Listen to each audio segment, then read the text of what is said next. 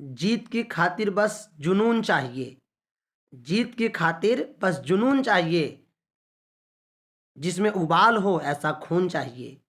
ये आसमां भी आ जाएगा ज़मीन पर, ये आसमां भी आ जाएगा ज़मीन पर, बस आपके हौसलों में जीत की गूंज चाहिए, आपकी हौसलों में जीत की गूंज चाहिए। सुप्रभात दोस्तों, आप सभी का स्वागत करता हूं आपके अपने YouTube channel JB classes bye Pramod sir पे। हर दिन की तरह दोस्त आज भी उपस्थित हूं आपके लिए टॉप 10 करंट अफेयर लेकर।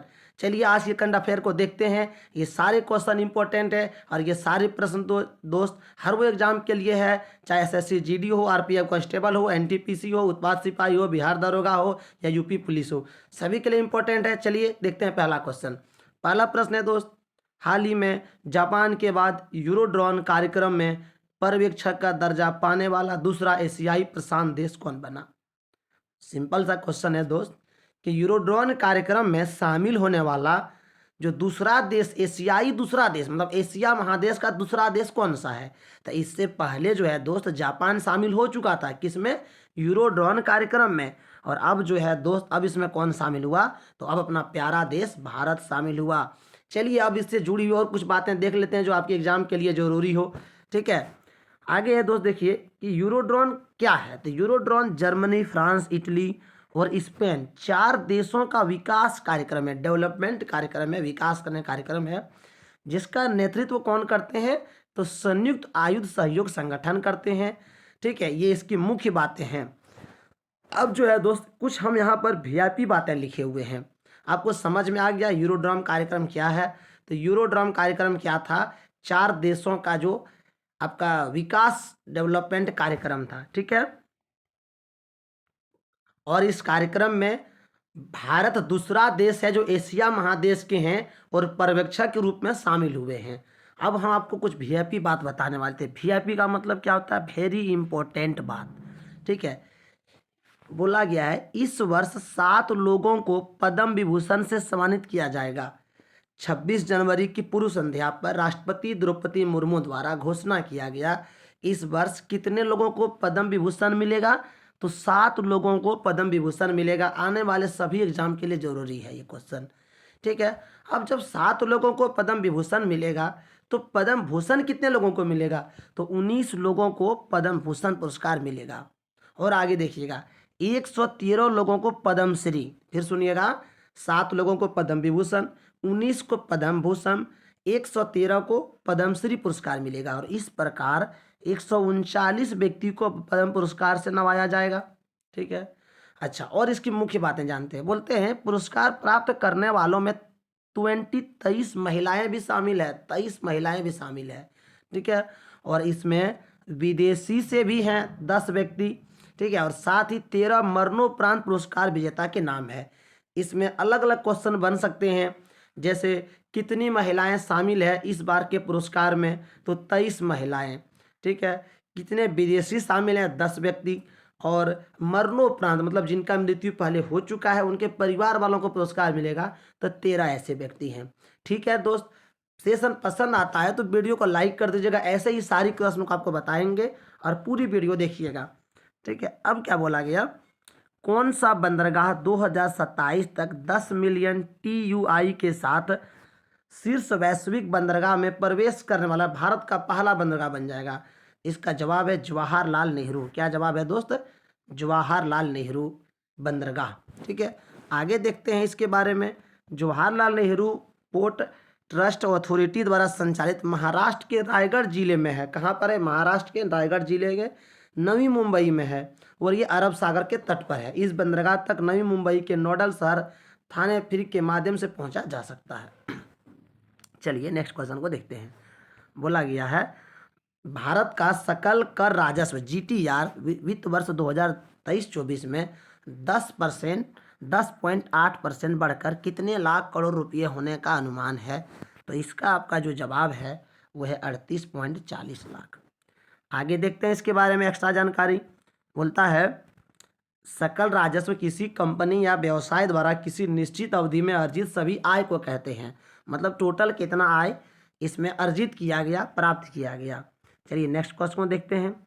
विश्व न्याय परियोजना, क्या विश्व न्याय परियोजना द्वारा जारी रूल ऑफ लॉ इंडेक्स 2024 में भारत ने कौन सा स्थान हासिल किया? तो इसमें जो है दोस्त भारत ने 79वां स्थान प्राप्त किया। किसमें दोस्त? विश्व न्याय परियोजना द्वारा जारी रूल ऑफ इंडेक्स में। किसमें? रूल ऑफ इंडेक्स 2024 में। ठीक है, कितना स्थान? 79, 19वां। चलिए नेक्स्ट देखते हैं, ये क्या है? बोलता रूल ऑफ लॉ इंडेक्स कानून के शासन का पैमाना है। क्या है? कानून के शासन का पैमाना। इसे विश्व न्याय परियोजना द्वारा जारी किया जाता है। आगे जो है दोस्त, विनिर्माण क्षेत्र में वर्ष 2024 में भारत की जीडीपी में लगभग कितना प्रतिशत योगदान रहा? विनिर्माण मतलब निर्माण करने में भारत का जीडीपी जो है, ग्रोथ डेवलपमेंट जो जिसको कहते हैं जीडीपी, तो इसमें भारत का जो स्थान रहा वो कितना रहा? 17.6%। देखिए लिखा हुआ जीडीपी का फुल फॉर्म होता है सकल घरेलू उत्पाद, ग्रॉस डोमेस्टिक प्रोडक्ट।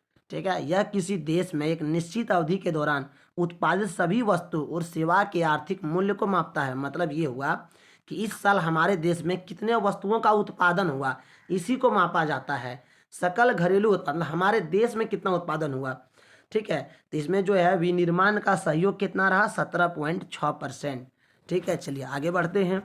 आगे बोला गया है साइबर सुरक्षा सहयोग पर बिम्स्टेक विशेषज्ञ समूह की दूसरी बैठक भारत ने कहाँ आयोजित की? किसकी बैठक? तो बिम्स्टेक विशेषज्ञ समूह का दूसरी बैठक, इससे पहले भी हो चुका है, तो इसका जवाब है नई दिल्ली में। ठीक है, अब जानते हैं इसके बारे में। मतलब बिम्स्टेक जो है बहु क्षेत्रीय तकनीक और आर्थिक सहयोग पहल है। यह एक क्षेत्रीय संगठन है जिसका मकसद क्या है? बंगाल की खाड़ी के आसपास के देशों के बीच आर्थिक सहयोग को बढ़ाना। ठीक है, चलिए आगे देखते हैं। जो भी मुख्य बातें हैं दोस्त आपको बताते जा रहे हैं। बिम्स्टेक का सदस्य देश जान लेते हैं, यहाँ पे ये जरूरी है जानना। बांग्लादेश, भूटान, भारत, म्यांमार, नेपाल, श्रीलंका, थाईलैंड, ये सब देश में शामिल है। किसमें? बिम्स्टेक में। कौन कौन? Bangladesh, Bhutan, Bharat, Myanmar, Nepal, Sri Lanka, Thailand. और बिम्स्टेक ने क्या किया? इसका एक आयोजन किया दिल्ली में। किसके लिए? साइबर सुरक्षा के लिए। चलिए अब क्या बोलता है, हाल ही में किस मंत्रालय ने वृंदावन के कांके बिहारी मंदिर को, किसको? कांके बिहारी मंदिर को विदेशी अंशदान के तहत लाइसेंस प्रदान किया? ठीक है, इसका जवाब है गृह मंत्रालय। आप सभी को पता है दोस्त, हम लोग का देश का जो गृह मंत्री हैं, होम मिनिस्टर अमित शाह हैं, श्री अमित शाह हैं। ठीक है, तो गृह मंत्रालय द्वारा, उन्हीं के मंत्रालय द्वारा क्या किया गया? तो वृंदावन के बांके बिहारी मंदिर को विदेशी अंशदान के तहत लाइसेंस प्रदान किया। ठीक है, चलिए नेक्स्ट क्वेश्चन को देखते हैं।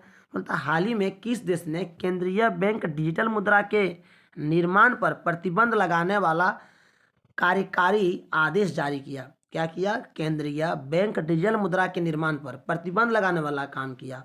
तो जवाब क्या हो जाएगा आपका? अमेरिका। ठीक है, आगे क्वेश्चन देखते हैं। अच्छा, अमेरिका के बारे में कुछ और बात जान लेते हैं, जो मुख्य बातें हो। अमेरिका का राष्ट्रपति डोनाल्ड ट्रंप है, 47वें नंबर में राष्ट्रपति बने डोनाल्ड ट्रंप। ठीक है, बोलता है ये उत्तरी अमेरिका में स्थित एक संघीय राष्ट्रपति संवैधानिक गणराज्य है। ठीक है, यह दुनिया का सबसे शक्तिशाली और प्रभावशाली देश माना जाता है सब चीज़ों में। ठीक है, और यहाँ का राष्ट्र जो है राजधानी कहाँ है? वाशिंगटन डीसी है। और अमेरिका में कितने राज्य है? 50 राज्य। अमेरिका की राजधानी कहाँ पे दोस्त? वाशिंगटन डीसी है। कितने राज्य इसमें है? 50 राज्य में है। ठीक है, अमेरिका में घनी आबादी वाले शहर भी कुछ कुछ है। ठीक है, ये था मुख्य बातें, और देखते हैं कुछ होगा तो बताएंगे। हाँ, ये देखिएगा, लास्ट लाइन देखिएगा ध्यान से एकदम। अमेरिका में फास्ट फूड उद्योग दुनिया का सबसे बड़ा उद्योग है, सोचिए। ठीक है, अब देखते हैं 9 क्वेश्चन। बोलता हाल ही में अमेरिकी विकास एजेंसी USAID ने किस देश में अपने सभी विकासात्मक सहायता कार्यक्रम निलंबित कर दिया है? तो ये कौन है दोस्त? बांग्लादेश है। ठीक है, ये क्या है? देखिए लिखा हुआ यहाँ USAID का फुल फॉर्म है संयुक्त राज्य अमेरिका अंतर्राष्ट्रीय विकास एजेंसी। यह अमेरिकी सरकार की एजेंसी है, और यह एजेंसी क्या है? अंतर्राष्ट्रीय विकास और मानवीय सहायता के लिए काम करती है। इसने क्या किया है? अपना सभी कार्यक्रम निलंबित कर दिया, कैंसिल कर दिया। किसके साथ? बांग्लादेश के साथ। ठीक है, बांग्लादेश कुछ दिनों से चर्चे में रह रहे हैं किसी न किसी कारण से।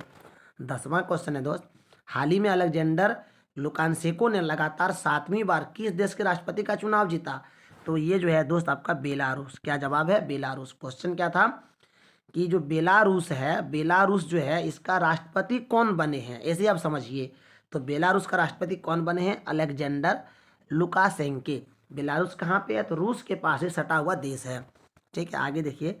अलेक्जेंडर ग्रिगोरोविच लेविन्स्की का जन्म जो है 1945-54 में हुआ था। यह बेलारूसी राजनेता है जो 1994 में कार्यालय की स्थापना के बाद से बेलारूस के पहले और आज का एकमात्र राष्ट्रपति रहे हैं। यानी कि यहाँ पर एक मुख्य बात क्या जानने को मिला कि ये जो व्यक्ति हैं अलेक्जेंडर ग्रिगोरिच, ठीक है, ये 1994 से बेलारूस के राष्ट्रपति हैं। ठीक है, उन्हें यूरोप में राज्य का वर्तमान सबसे लंबे समय तक सेवा करने वाला प्रमुख बनाते हैं। ठीक है, चलिए नेक्स्ट क्वेश्चन को देखते हैं। बोलता डेटा की गोपनीयता संरक्षण के प्रति लोगों को जागरूक करने हेतु डेटा संरक्षण दिवस कब मनाया जाता है? भारी भारी इंपॉर्टेंट, डेटा संरक्षण दिवस ये 28 जनवरी को, डेटा संरक्षण दिवस 28 जनवरी को। तो ये था दोस्त आज का लास्ट क्वेश्चन। अगर सेशन पसंद आया तो लाइक शेयर सब्सक्राइब करेंगे, अन्य दोस्तों को शेयर करेंगे और एक प्यारा सा कमेंट करेंगे। ठीक है, मिलते हैं नए क्लास में, तब तक के लिए अपनी पढ़ाई को जारी कीजिए, जारी रखिए और 2025 को दोस्त अपने सिलेक्शन का वर्ष घोषित कीजिए। ठीक है, थैंक्स फॉर वॉचिंग।